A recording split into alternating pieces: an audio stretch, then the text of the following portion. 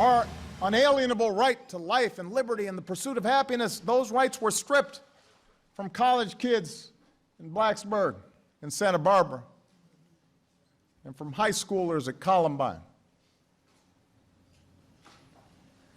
and from first graders in Newtown.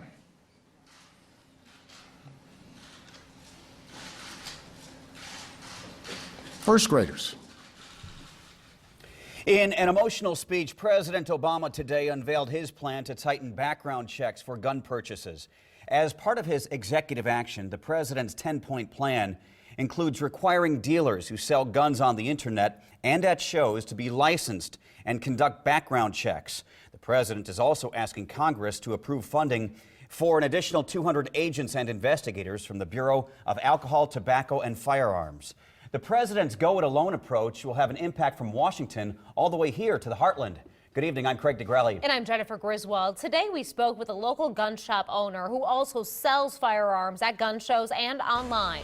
KMTV Action 3 News reporter Miranda Christian has his reaction. Miranda?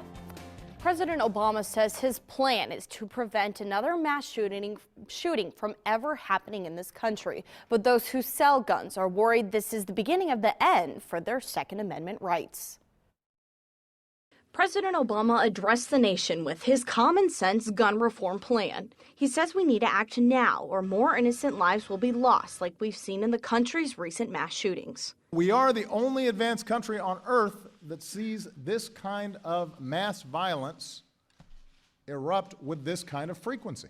Good Guys gun and pawn owner Doug Hassel says the president's executive order is not a good thing. I think it's unrealistic and it's not going to happen. Hassel does believe making everyone conduct background checks is a good idea.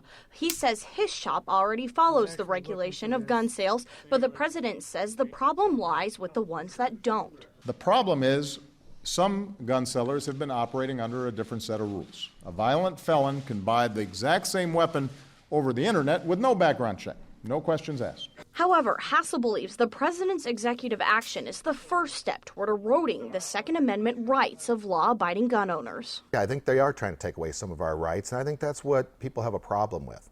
Nobody's against, keeping the guns away from criminals, but let's do the right thing and go after the criminals. Well, Hassel thinks the president's plan won't work. Danielle Savington of Nebraskans Against Gun Violence believes it will.